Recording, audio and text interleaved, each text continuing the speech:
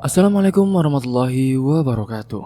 Halo semuanya, jumpa kembali dengan saya, Kang Restu. Apa kabar kalian semua?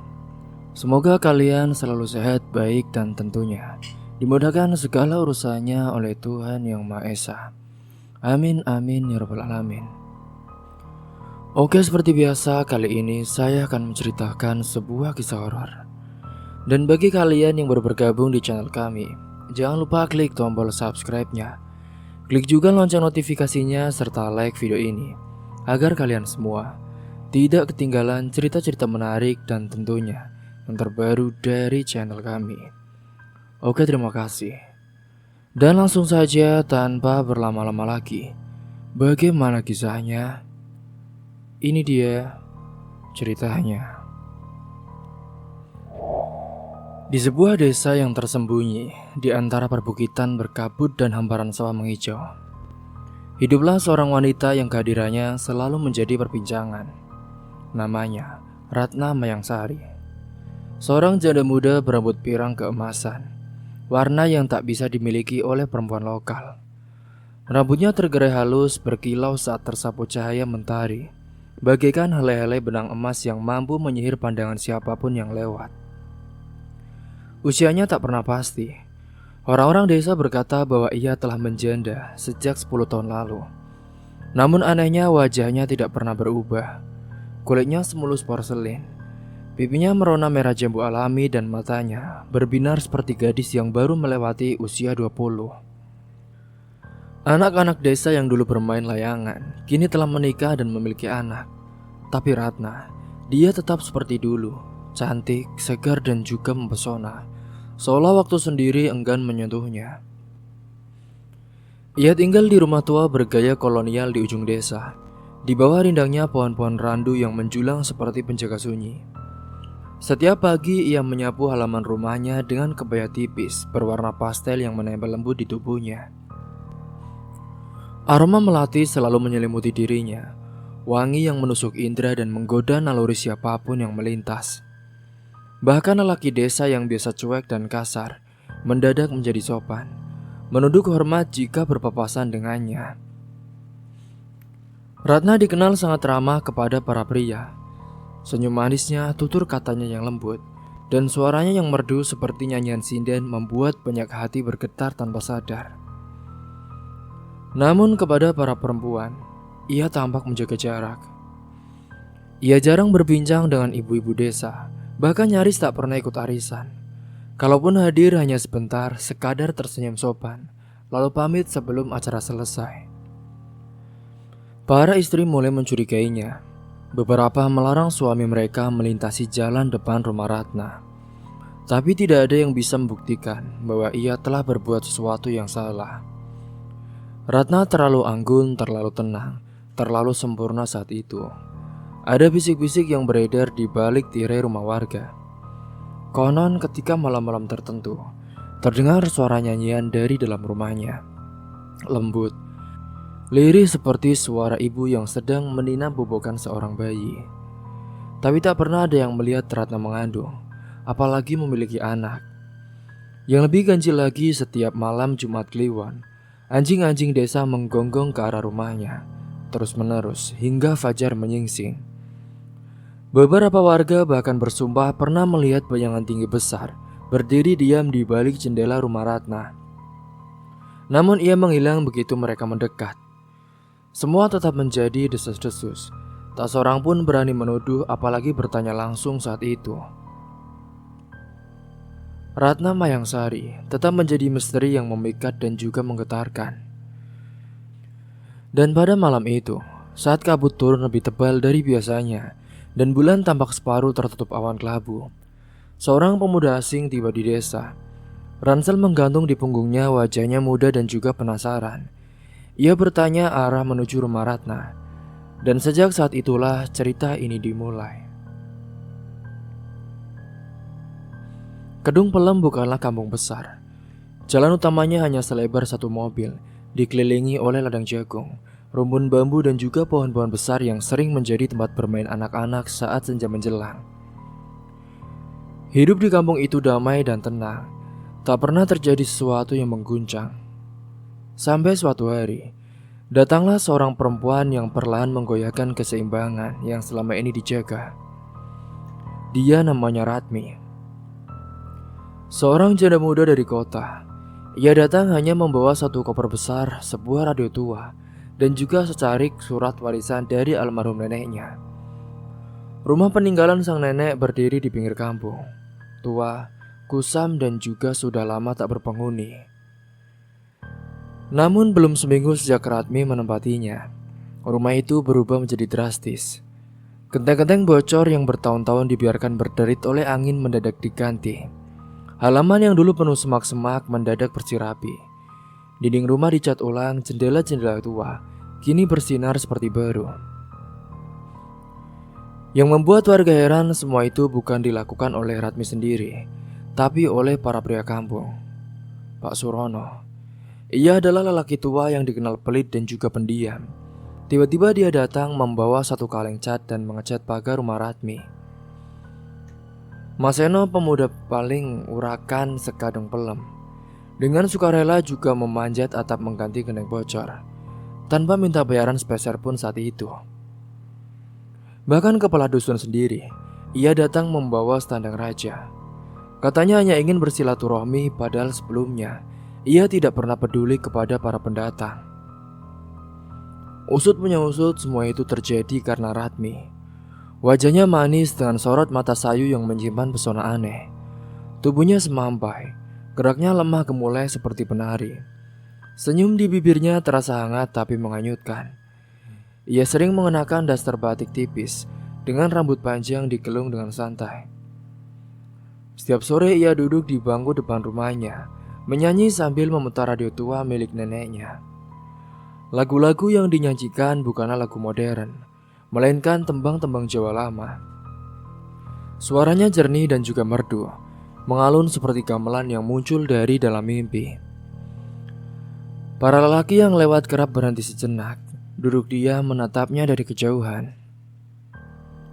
Apa yang dianggap pesona oleh para lelaki menjadi bahan bisik-bisik bagi para perempuan. Mulut-mulut ibu kampung mulai berdesis seperti ular di balik dinding pos ronda. Itu perempuan kota kok nggak tahu diri ya? Baru datang kok udah menggoda laki orang, kata Bu Darmi dengan nada jengkel. Iya Bu, itu si Seno juga sekarang jarang pulang, sambung Bu Murni dengan suara setengah berbisik tapi sengaja dikeraskan. Katanya sih bantu-bantu di rumah Ratmi. Ngapain coba Bu? Dulu disuruh nyapu rumah sendiri aja males, sekarang kok jadi aneh gitu. Seorang ibu yang lebih tua dengan mata menyipit menatap ke rumah arah Ratmi. Dari kejauhan ia pun bergumam dengan pelan. Perempuan begitu biasanya punya isi loh Bu. Jangan-jangan dia bawa sesuatu dari kota. Tatapannya dingin, mulutnya hanya menyisakan desa nafas panjang. Sementara itu di rumah Ratmi, suara tembang masih terdengar, pelan, nyaris seperti bisikan yang keluar dari balik tirai dunia. Hari demi hari, aroma ketidaksukaan itu semakin mengental. Beberapa ibu yang dulu menyapa kini hanya lewat dengan pandangan dingin. Anak-anak dilarang bermain di dekat rumah Ratmi. Bahkan warung Busari, yang dulunya jadi tempat berkumpul para ibu, kini berubah menjadi arena bisik-bisik penuh prasangka yang menusuk. Namun Ratmi tampak tak terganggu. Ia tetap menyanyi setiap sore, tetap tersenyum pada siapapun yang lewat. Anehnya semakin besar kebencian para ibu, makin banyak juga lelaki kampung yang mendekat. Seolah Ratmi memancarkan daya tarik tak kasat mata. Namun begitu kuat mencengkeram. Dan pada malam Jumat itu, suara nyanyiannya terdengar berbeda, lirih, mengalun seperti bisikan yang menembus kesadaran. Sender pria yang ronda malam mendadak terdiam saat itu. Ia melamun dan salah satu dari mereka, Pak Margo, mengaku melihat bayangan perempuan menari perlahan di bawah cahaya bulan. Padahal dari kejauhan halaman rumah Ratmi tampak kosong. Tapi kedung belum tahu. itu baru permulaan. Karena para warga Kedung Pelem, karena Ratmi bukanlah sekedar janda kota yang pulang kampung. Ada sesuatu yang jauh lebih dalam dan juga lebih gelap. Sesuatu yang tak bisa dijelaskan dengan logika, tapi terlalu sering terjadi untuk dianggap kebetulan. Setiap malam Jumat tanpa absen satu kali pun, kampung Kedung Pelem diselimuti bau yang ganjil tapi memikat. Bau yang membuat bulu kuduk berdiri. Campuran melati yang baru mekar, dupa upacara dan juga aroma manis yang tak dikenal. Wanginya menelusup jauh hingga ke pori-pori malam. Pak Parno yang rumahnya 2 gang dari rumah Ratmi, ia bersumpah baunya itu menyusup ke dalam kamarnya, membuat istrinya terbangun dalam keadaan pucat. Aduh, ini kok wangi banget ya, tapi wanginya bikin merinding, bisiknya ke tetangga. Wajahnya pucat, matanya tak tenang saat itu. Beberapa warga mulai berbisik. Mungkin Ratmi sedang melakukan ritual, tapi tak ada satupun berani datang malam-malam itu. Pintu rumahnya selalu tertutup rapat, jendela dibungkus tirai tebal, tak ada suara kecuali nyanyian sore. Namun tepat pada malam Jumat Kliwon kemarin, Pak Karto yang pulang lebih larut dari ladang melihat cahaya aneh dari rumah Ratmi. Bukan cahaya lampu minyak, bukan pula lampu listrik. Warnanya kebiruan berpendar seperti nyala api dari dunia lain. Ia melihat dari balik jendela sosok perempuan berdiri di depan cermin besar. Itu bukan Ratmi. Itu siapa ya?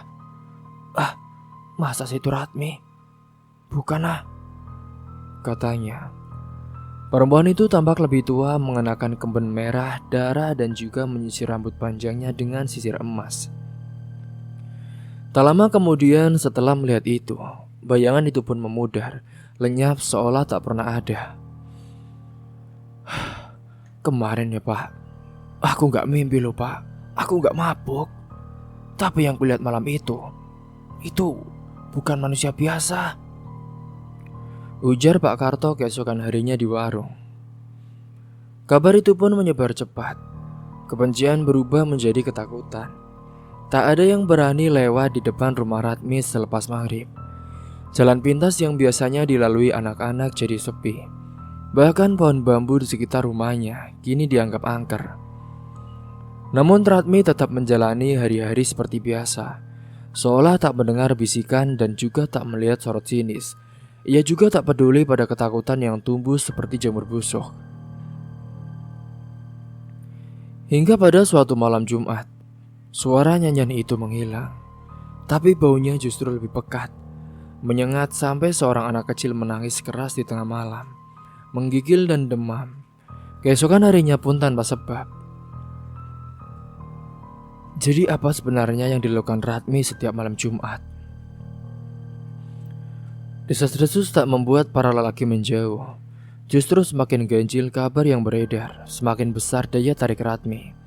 Seolah ada yang tumbuh dalam dirinya. Bukan cinta, bukan kecantikan, melainkan semacam sihir yang menyingkirkan logika, membungkam kewarasan dan menanamkan hasrat dalam-dalam kesanubari pria manapun yang menatapnya terlalu ramah. Dan itulah yang terjadi pada Pak Darto. Seorang duda kaya pensiunan camat dari kota kecamatan sebelah. Ia kembali ke kampung untuk menikmati masa tua dalam ketenangan. Rumahnya besar, rapi, dikelilingi pagar tinggi dan juga kebun bunga yang tertata. Ia terkenal bijak dan juga tegas. Tak suka ikut campur saat itu. Tapi semua berubah sejak ia bertemu dengan Ratmi. Awalnya hanya kunjungan sopan, Pak Darto membawa toples Senang Kudus dan juga sebungkus teh melati. Katanya untuk menyambut warga baru. Tapi dari sanalah semuanya mulai berubah. Kunjungan-kunjungan itu menjadi sering. Hadiah kecil berdatangan dan tak lama saat itu, Ratmi mulai terlihat duduk santai di teras rumah Pak Darto. Menyesap teh tersenyum. Warga gempar. Ada yang mencibir, ada pula yang hanya bisa menggeleng pasrah. Siapa yang bisa melarang? Setelah kedekatan mereka, tak lama kabar pernikahan menyusul. Pak Darto akan menikahi Ratmi. Singkatnya saat itu pernikahan mereka digelar dengan sederhana, hanya kerabat dekat dan juga beberapa tokoh kampung. Ratmi menggunakan pakaian kebaya putih dengan sanggul kecil dan riasan lembut. Ia tampak seperti perawan suci yang menyambut cinta. Pak Darto tampak bahagia tersenyum sepanjang hari. Namun seiring berjalannya waktu, kebahagiaan itu ternyata singkat. Belum genap 2 bulan, kabar mengejutkan menyebar. Pak Darto tiba-tiba jatuh sakit. Itu bukanlah sakit biasa. Tubuhnya menggigil hebat setiap malam, demam tinggi tanpa sebab jelas. Kulitnya menghitam seperti terbakar dari dalam. Tak ada luka, tak ada diagnosa. Dokter desa pun angkat tangan. Dukun kampung bungkam saat melihat tubuhnya yang kian menghitam saat itu, seperti arang yang bernyawa. Pak Darto kok mengenaskan gitu ya keadaannya. Kenapa ya tubuhnya jadi Allah? Hingga ia yang sudah tak kuat lagi. Kini Pak Darto meninggal pada malam Jumat. Tubuhnya kaku, hangus, mata terbuka lebar menatap langit-langit, seolah melihat sesuatu yang mengerikan sebelum ajal menjemput. Saat jenazah disemayamkan, Ratmi berdiri di ambang pintu. Gaun tidurnya hitam menjuntai ke lantai. Rambut tergerai, wajahnya pucat. Tapi saat pemakaman berlangsung, ia menangis begitu meyakinkan. Air matanya mengalir deras saat itu. Mas Darto, jangan tinggalin aku, Mas. Ratapnya sambil memeluk foto pernikahan mereka. Beberapa warga yang melihatnya, mereka terdiam. Ada juga yang mulai bersalah telah menuduhnya. Tapi tidak semua orang percaya saat itu. Ada juga Bu Marni, istri Pak RT, membisikkan ke tetangganya. Alah, itu sih air mata ular. Menangis di luar, tapi dalamnya dingin kayak batu nisan. Yang lebih ganjil setelah jenazah dikuburkan, bau harum itu kembali menyeruak dari rumah Ratmi. Kali ini lebih kuat, lebih tajam, lebih lama. Beberapa warga pun mengaku bermimpi aneh malam itu. Mereka melihat Pak Darto berdiri di tengah kebun bunga. Tubuhnya hangus, matanya sayu. Ia menunjuk ke arah rumah istrinya.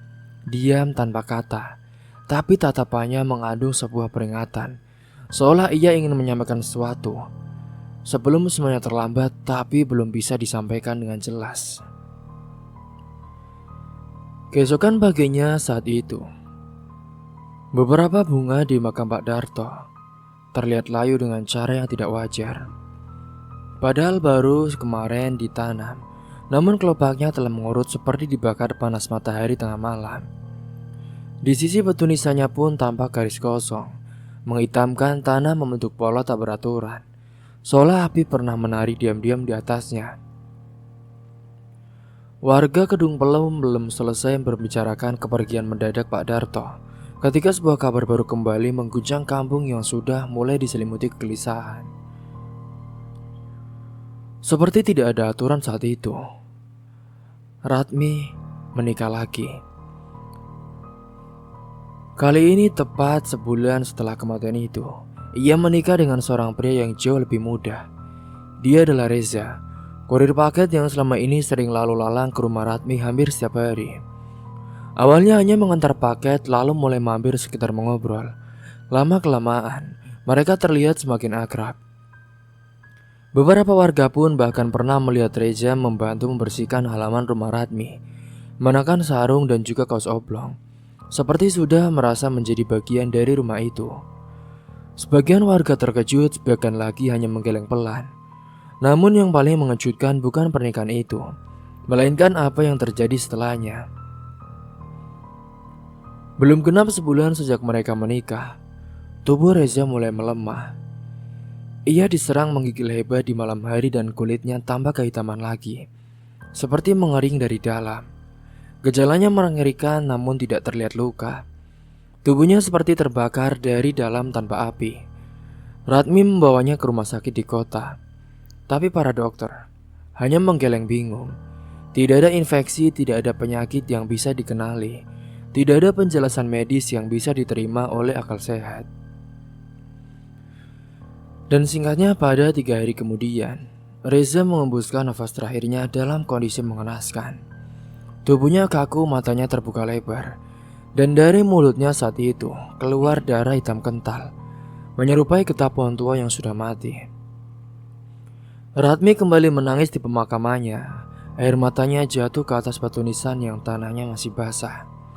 Ia mengenakan kebaya hitam dan juga kerudung tipis. Suaranya serak namun merdu saat berdoa.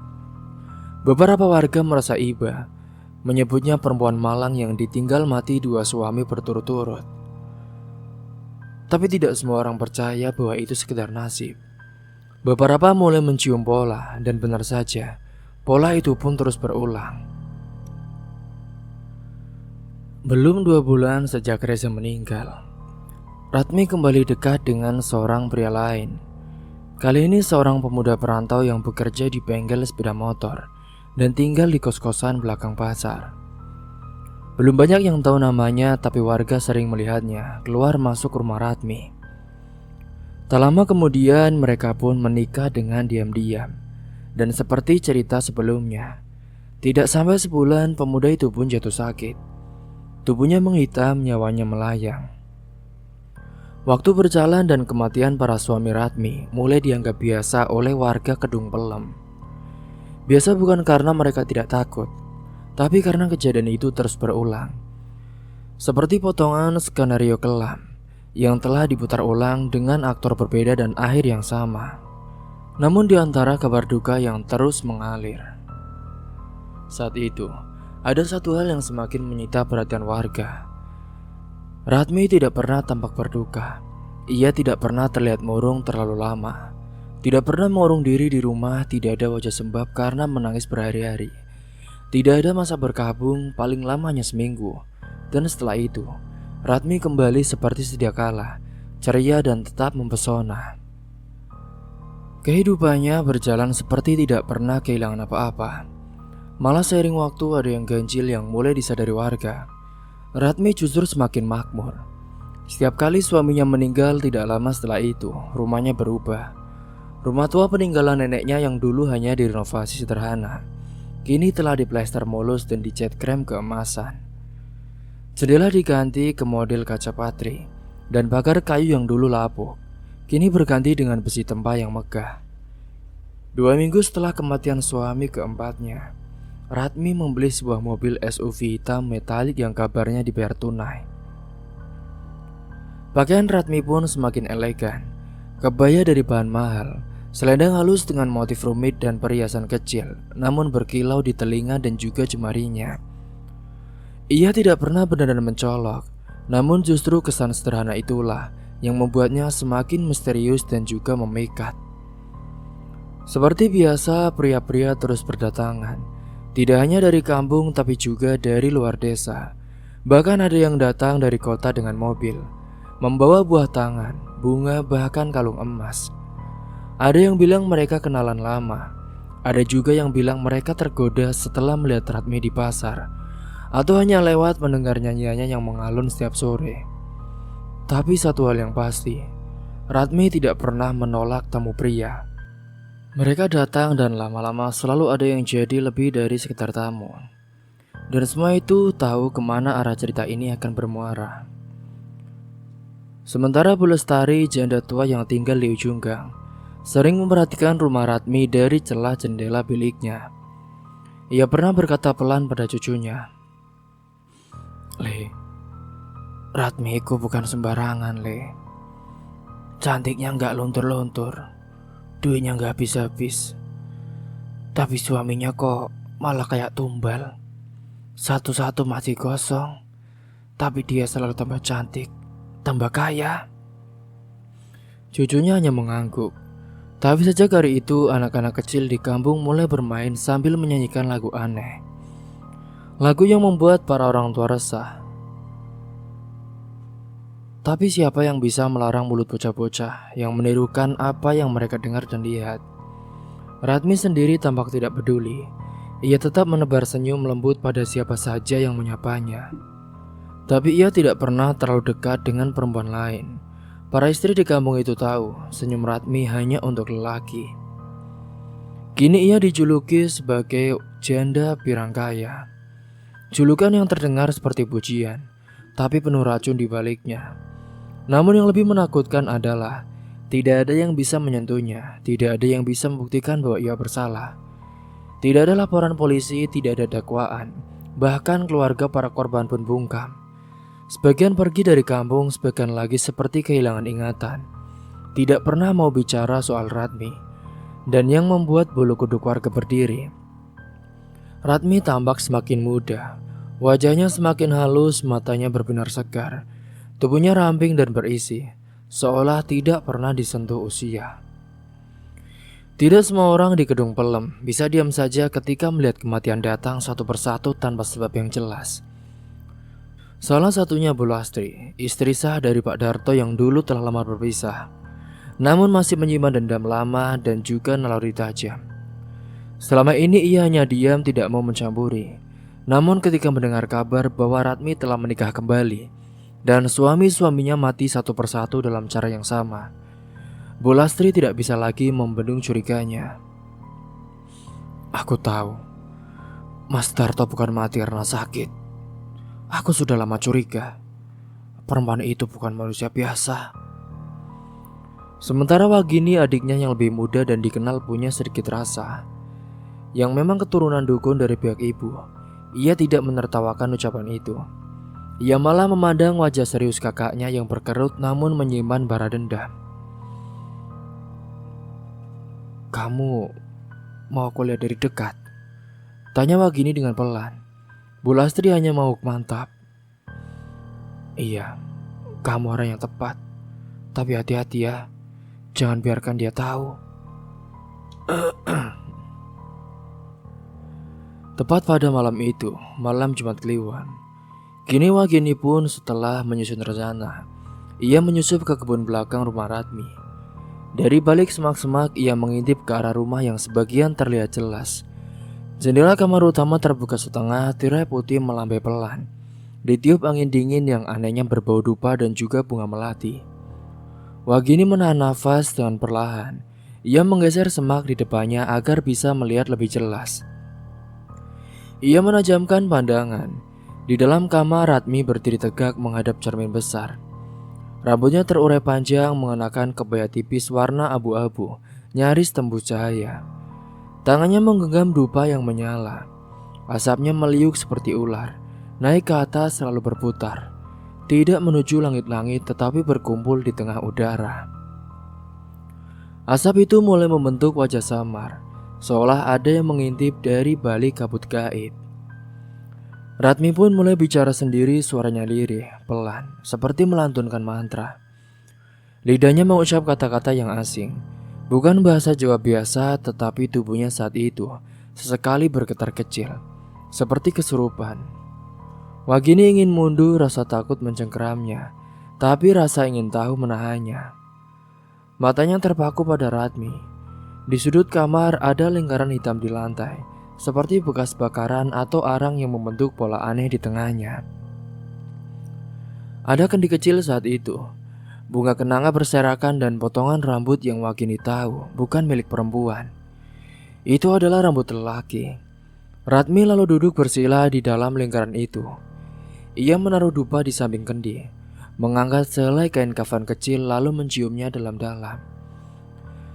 Ketika ia bicara lagi, suaranya berubah, berat, dalam, seperti berasal dari dua mulut sekaligus. Tumbalku sudah cukup, tubuhku tetap muda. Kini aku minta pengganti sebelum malam purnama. Wagini menjerit di dalam hati, kakinya bergemetar hebat. Udara di sekelilingnya mendadak menjadi berat, seolah ada yang menatapnya balik dari dalam rumah. Ia merasa dingin menjalar ke tulangnya. Meski tubuh Radmi belum bergerak, Wagini mundur perlahan sambil menahan nafas. Ia pun berlari pulang tanpa menoleh lagi. Keesokan harinya Wagini datang ke rumah Bu Lastri dengan wajah pucat dan tubuh gemetar. Gimana? Apa yang kamu lihat? Tanya Bu Lastri dengan cemas. Wagini menjawab dengan suara parau. Bukan cuma perempuan biasa Mbak Yu. Dia juga punya perjanjian. rumah itu sudah jadi tempat pemujaan dan korban. Korban terakhir belum datang. Bu Lastri terdiam saat itu. Matanya menatap tajam, wajahnya menegang. Aku harus selesaikan ini sebelum ada lagi yang mati. Ini tidak bisa dibiarkan. Sejak hari itu Bu Lastri mulai bergerak dalam diam. Ia mendatangi seorang kiai sepuh di lereng gunung, membawa selembar foto Ratmi dan secari kain dari rumah Pak Darto. Ia tahu ini bukan lagi urusan janda rebut suami. Ini sudah menjadi perang antara dunia terang dan juga gelap. Rumor itu tidak datang sekaligus. Ia rambat pelan, seperti air yang meresap ke tanah. Awalnya hanya bisik-bisik di dapur-dapur sempit para ibu, lalu menyebar lewat pasar, lewat tukang jamu keliling, lewat mulut para penjajah gorengan, dan juga buruh cuci yang berkumpul di sumur belakang. Ratmiku, dia ndak beres. Katanya memelihara jin. Tiap nikah, suaminya jadi tumbal, biar dia makin kaya. Ya kalau bukan pesugihan, mana bisa sih seorang janda hidup semakin mewah, mobil, rumah, perhiasan, duit. Dari mana coba? Bisik-bisik dari ibu-ibu. Cerita-cerita itu walau tanpa bukti terasa masuk akal bagi mereka yang telah lama mengamati perubahan hidup bagi Ratmi. Semua kejanggalan yang sebelumnya disimpan dalam dada kini tumbah menjadi gosip yang menggumpal, lalu menyeret nama-nama dukun, jin hingga makhluk halus. Singkatnya beberapa hari setelahnya, ketika seorang warga sedang ramai-ramai ke balai desa, ia ingin berbicara dengan kepala desa agar menindaklanjuti apa yang terjadi dengan Ratmi. Di sana, tiba-tiba ada tulisan dengan spidol merah di tembok dekat balai desa yang bertuliskan, "Janda pirang pemelihara tumbal." Tulisan itulah sontak menggemparkan warga saat itu. Ibu-ibu merasa takut, anak-anak muda justru penasaran. Tapi tidak lama saat itu perangkat desa datang. Ia pun langsung menghapus tulisan itu dan mengecatnya dengan warna putih. Sudah tenang semuanya. Itu hanya fitnah. Jangan percaya. Bu Ratni sudah menyumbang pembangunan masjid. Orang baik dia, bukan perempuan sembarangan. Muncullah suara-suara lain yang mencoba menenggelamkan rumor itu. Ibu-ibu itu cuma iri karena Ratmi cantik ya, kaya dan disukai banyak lelaki. Biasa, kalau janda kan hidupnya bahagia, pasti dibilang pesugihan. Kalau memang ada jin, kenapa tidak ada yang lihat langsung? Anehnya setelah itu, rumor pun menghilang, seperti ditiup angin. Tapi yang lebih aneh bukan hanya gosip yang lenyap. Orang-orang yang pernah membicarakan Ratmi juga mulai menghilang. Ada yang tiba-tiba sakit keras, ada yang rumahnya terbakar, ada juga yang kehilangan kendaraan dan mulai bicara sendiri di dalam mimpi. Menyebut nama-nama asing, Bu Partini yang paling sering menyebar cerita soal Ratmi. Kini ia hanya duduk termenung di serambi rumah. Tatapannya kosong saat itu. Seiring berjalannya waktu, malam itu kampung Kedung Pelem tampak lebih sunyi dari biasanya. Bulan pucat menggantung di langit, tertutup awan tipis seperti kerudung kelabu. Rumah besar Ratmi bersinar samar, lentera gantung di beranda menyala dengan redup, menebarkan cahaya kuning seperti lilin pemanggil arwah. Hari itu, kabar gembira diumumkan. Ratmi akan bertunangan dengan Haji Salim. Lelaki terpandang kaya raya masih muda, baru pulang dari Tanah Suci 2 tahun lalu. Namanya harum di seantero desa, banyak ibu-ibu menggigit bibir, menahan iri saat tahu sang Haji akan menjadi suami berikutnya dari janda pirang itu. Namun di balik syukuran kecil itu, Bu Lastri sudah bersiap. Ia tidak sendiri malam itu, 4 perempuan tua, bekas murid Kiai Sepuh menyertainya. Mereka membawa bungkusan kecil berisi bunga 7 rupa, garam kasar, jarum benang hitam dan juga minyak samin yang telah dibacakan doa-doa pemutus dan juga pengunci pesugihan. Kita harus lakukan malam ini. Kalau tidak, aku yakin Haji Salim pasti akan jadi tumbal berikutnya, bisik Bu Lastri saat itu. Mereka pun berlutut di kebun belakang rumah Ratmi, menunggu sampai rumah itu benar-benar sepi. Anehnya rumah itu sunyi, terlalu sunyi, seolah tahu mereka akan datang. Udara di dalamnya mendadak dingin saat itu. Angin samar berputar-putar, bau dupa menyengat bercampur dengan anyir darah dan juga bunga busuk. Mereka berjalan pelan menyusuri lantai kayu jati tua. Lampu minyak di tangan mereka pun bergetar. Dengan hati-hati, mereka menyingkirkan karpet halus saat itu. Benar saja saat itu ada celah kecil dengan pegangan kayu, seperti pintu jebakan. Mereka membukanya perlahan. Terlihat saat itu tangga tua menurun ke dalam kegelapan. Dengan membaca doa-doa pelindung, mereka pun turun satu persatu. Di dasar tangga ruangan itu lembab dan juga dingin. Dan di sanalah mereka melihat semuanya. Ruang rahasia, penuh pakaian lelaki tergantung rapi di sisi tembok. Jas Pak Darto, jaket Reza, dan juga kemeja milik suami ketiga, keempat bahkan kelima. Kini singkatnya saat itu, setelah mengalami penyelidikan itu dan menemukan hal-hal aneh, kini akhirnya Bu Lastri pun akan melawannya. Singkatnya hujan deras mengguyur malam itu, langit kelam bergemuruh. Seakan alam pun murka terhadap apa yang selama ini tersembunyi di balik dinding rumah tua milik Ratmi. Bau menyengat menusuk hidung, aroma darah dan dupa bercampur, menyusupi celah-celah kayu lapuk rumah tersebut. Warga desa yang selama ini hanya berbisik dalam ketakutan, kini berdiri serempak di depan rumah Ratmi. Dipimpin oleh Pak Ustadz Hasan dan juga beberapa tokoh kampung lainnya. Di tangan mereka tergenggam doa-doa, ada obor, Al-Quran dan juga keberanian yang selama ini terkubur oleh rasa takut. Teriakan keras terdengar dari dalam rumah. Ratmi pun meraung seperti binatang terluka.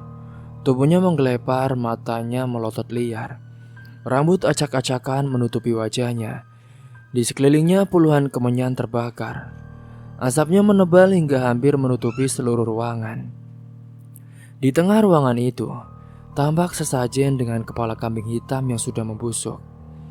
Di dekatnya, Haji Salim sudah tergeletak tak sadarkan diri, terikat pada simbol segi lima yang digambar menggunakan darah ayam. Pak Ustadz Hasan dan warga lain pun mendobrak pintu rumahnya, melantunkan ayat-ayat suci dengan lantang.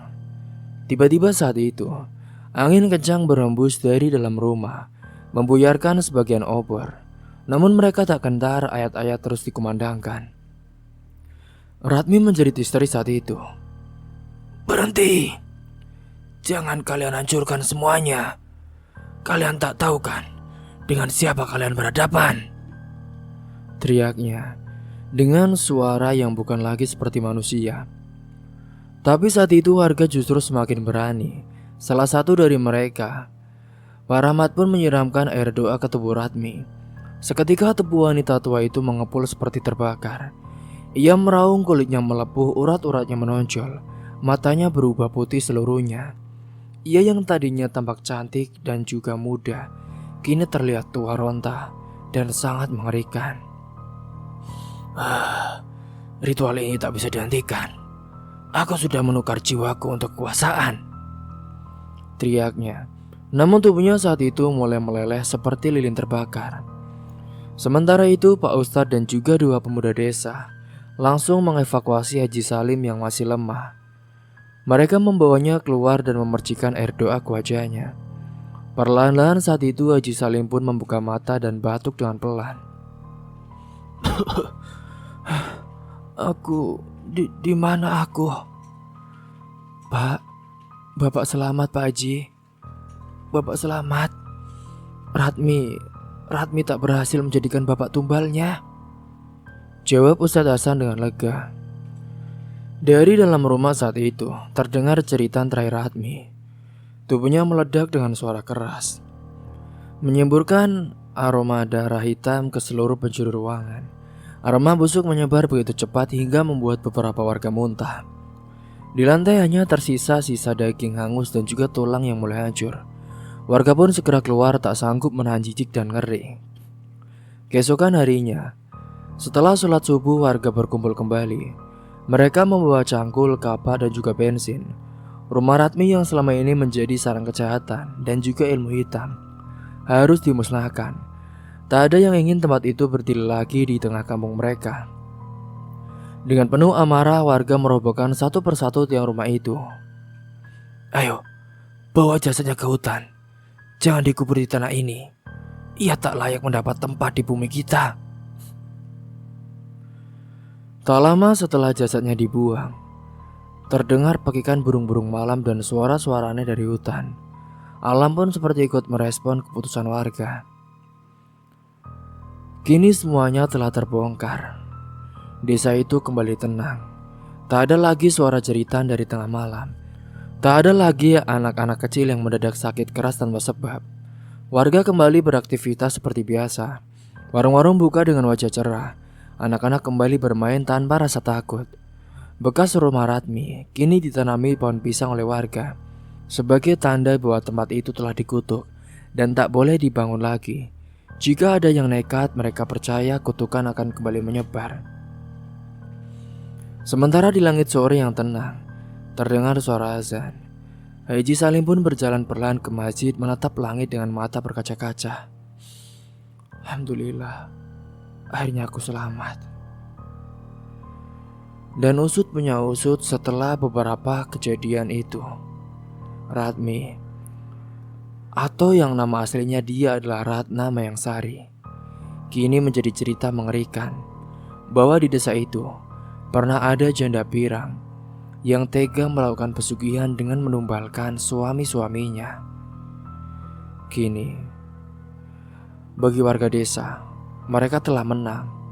Ratmi atau Ratna Mayangsari sudah binasa dan desa itu pun akhirnya damai untuk saat ini dan juga seterusnya.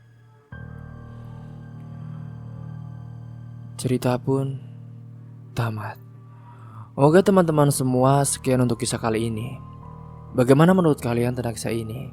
Jangan lupa tulis komentar kalian di kolom komentar.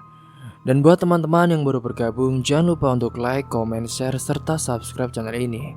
Dan juga nyalakan lonceng notifikasinya. Akhir kata dari saya, mohon maaf apabila ada salah kata ataupun ucapan yang kurang berkenan. Wassalamualaikum warahmatullahi wabarakatuh.